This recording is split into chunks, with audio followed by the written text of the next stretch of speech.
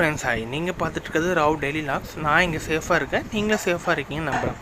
இன்றைக்கி நம்ம பண்ண போகிற டிஷ் வந்து என்னென்னா பன்னீர் பட்டர் மசாலா. சப்பாத்தி நானுக்கெலாம் நல்லா இருக்கிற பன்னீர் பட்டர் மசாலா தான் செய்ய போகிறோம். அதுக்கு முன்னாடி நம்ம சேனலை சப்ஸ்கிரைப் பண்ணாதவங்க சப்ஸ்கிரைப் பண்ணிக்கோங்க, கூட இருக்க பெல் ஐக்கனை கிளிக் பண்ணிக்கோங்க. நான் ஒரு பேன் எடுத்திருக்கேன். அந்த பேனில் வந்து 2 டீஸ்பூன் வந்து பட்டர் எடுத்துருக்கேன். பட்டர் உருகிற வரைக்கும் நம்ம கொஞ்சம் வெயிட் பண்ணலாம்.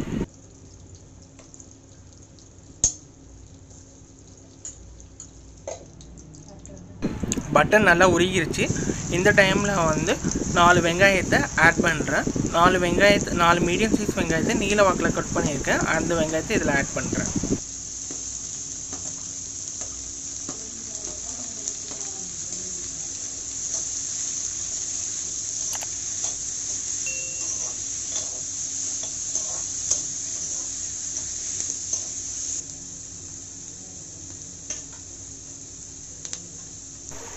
வெங்காயம் நல்லா வதங்கிருச்சு. இந்த டைமில் ஒரு சின்ன துண்டு இஞ்சி அதில் ஆட் பண்ணுறேன்.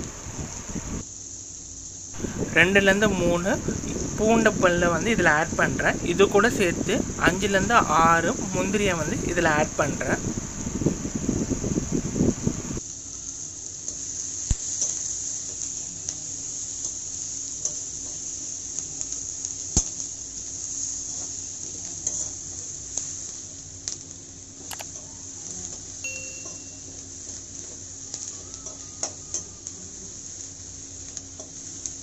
வெங்காயம் நல்லா வதங்கிருச்சு. இந்த டைமில் வந்து நான் தக்காளி ஆட் பண்ணுறேன்.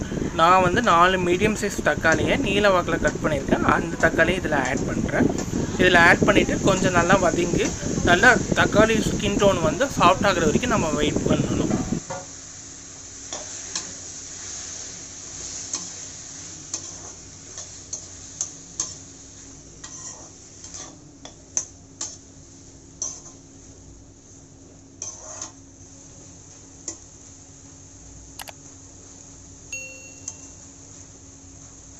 தக்காளி நல்லா சாஃப்ட் ஆகிடுச்சு. இந்த டைமில் வந்து நான் வந்து கேஸை ஆஃப் பண்ணிவிட்டு மிக்ஸி ஜாரில் போய் இந்த பேஸ்ட்டை அரைச்சிட்டு வந்துடுறேன்.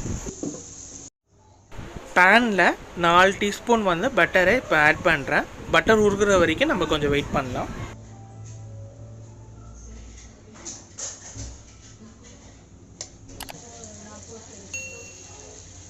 பட்டர் நல்லா உருகிருச்சு. இந்த டைமில் ஒரு பிரிஞ்சி இலை, ஒரு பட்டை, 2 ஏலக்காவை ஆட் பண்ணுறேன். நம்ம அரைச்சிட்டு வந்த பேஸ்ட்டை வந்து இதில் ஆட் பண்ணிக்கலாம்.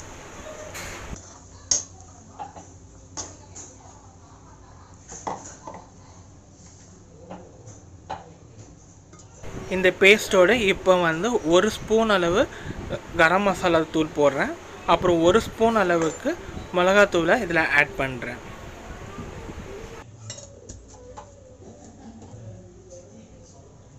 இதோட கொஞ்சம் 1 ஸ்பூன் அளவுக்கு நான் உப்பை ஆட் பண்ணுறேன். உப்பு வந்து உங்களுக்கு தேவையான அளவுக்கு ஆட் பண்ணிக்கோங்க. நான் 1லேருந்து 1.5 ஸ்பூன் வந்து உப்பை இதில் ஆட் பண்ணிக்கிறேன். இது நல்லா பெயிண்ட் பண்ணுற அளவுக்கு கொஞ்சம் நான் வெயிட் பண்ணுறேன்.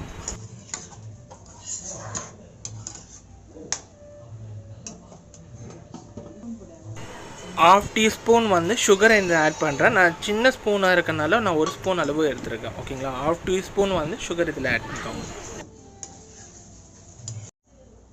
நல்லா கிரேவி டைப் ஆகிடுச்சு. இந்த டைமில் வந்து நான் மில்கி மிஸ் பன்னீரை எடுத்துருக்கேன். நான் 200 கிராம் மில்கி மிஸ் பன்னீர் எடுத்துருக்கேன். உங்களுக்கு எது அவைலபிலிட்டி இருக்கோ அது நீங்கள் எடுத்துக்கலாம். நான் மில்கி மிஸ் பிராண்ட் எடுத்துருக்கேன்.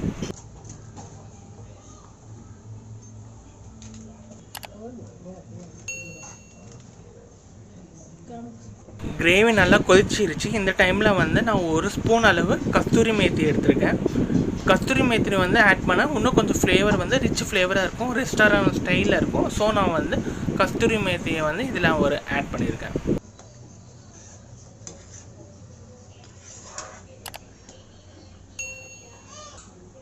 எல்லாம் 1 ஸ்பூன் அளவு பட்டரை இதில் ஆட் பண்ணியிருக்கேன்.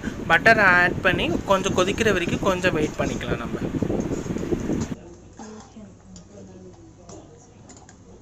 ஃப்ரெஷ் க்ரீம் இருந்தால் நீங்கள் ஆட் பண்ணிக்கலாம். நான் இதில் ஃப்ரெஷ் க்ரீம் ஆட் பண்ணலாம். உங்களுக்கு வேணும்னா நீங்கள் ஃப்ரெஷ் க்ரீமை இதில் ஆட் பண்ணிக்கலாம்.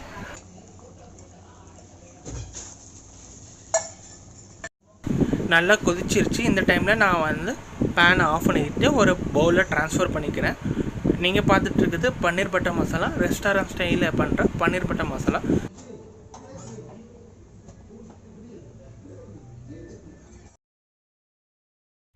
இந்த வீடியோ உங்களுக்கு பிடிச்சிருந்தா லைக் பண்ணுங்கள், ஷேர் பண்ணுங்கள், மறக்காமல் நம்ம சேனலை சப்ஸ்கிரைப் பண்ணாமல் மறந்துடாதீங்க. ஓகேங்களா?